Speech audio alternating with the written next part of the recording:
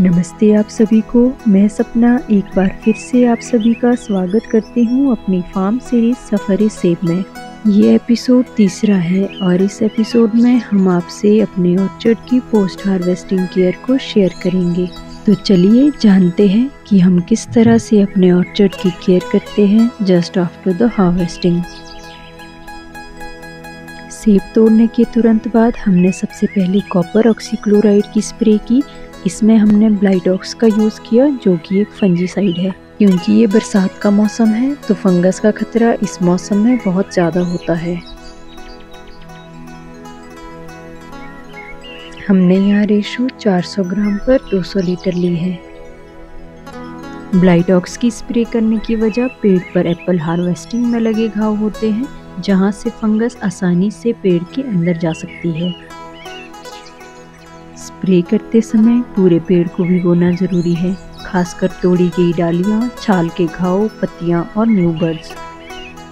Spray सुबह या शाम को करें जब धूप तेज ना हो और स्प्रेयर का नोजल बारीक रखें जिससे कि कोहरे जैसा छिड़काव हो।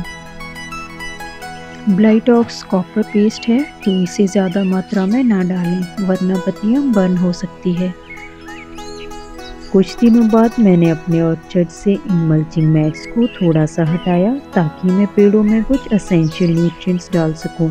जिसके बाद मैट्स को फिर से इसी तरह से पैक करना होगा क्योंकि अभी बरसात का मौसम है और अनवांटेड ग्रास कुछ ही दिनों में वापस उग जाती है।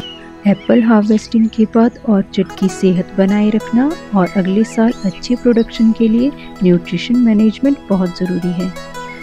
इस समय पेड़ों में न्यूट्रिएंट्स यानी पोषक तत्वों की भरपाई करें, जड़ों को मजबूत बनाएं और रोगों से बचाव करें।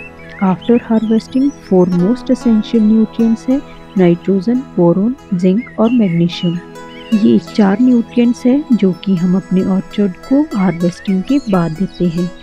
यहाँ मैं अभी अपने ऑर्चर्ड में यूरिया खाद डाल रही हूँ क्योंकि इसमें नाइट्रोजन अधिक मात्रा में होती है। हार्वेस्टिंग के बाद पेड़ डोरमेंसी यानी आराम की अवस्था में चले जाते हैं, लेकिन यह समय अगले साल की फसल की नींव रखने का होता है। अगर इस समय पोषण ना दिया जाए तो पेड़ कमज़ोर हो जाते हैं और अगले साल कम फल, छोटे सेब और ज़्यादा रोग आते हैं।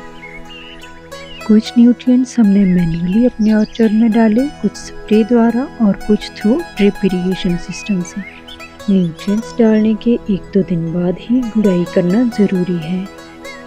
इससे खाद मिट्टी में अच्छे से मिलती है, जड़ों तक पहुंचती है, जड़ें सांस लेती हैं और फीडर रूट्स तेज़ी से बढ़ती है। गुड़ाई करने के लिए हम खुरपा या हमारी पहाड़ी भाषा में जिसे खेलना कहते हैं, इसका इस्तेमाल किया जाता है ताकि फीडर रूट्स को कोई नुकसान ना हो। पोस्ट हार्वेस्टिंग केयर सिर्फ काम नहीं बल्कि है एक पेड़ और बागवान का संघर्ष। गुड़ाई करने के बाद पेड़ों को राहत, ताजगी और सुकून मिलता है, मानो जैसे ये पेड़ अब खुलकर सांसें ले रहे हो और समेट रहे हो अपने अंदर ऊर्जा अगली फसल के लिए।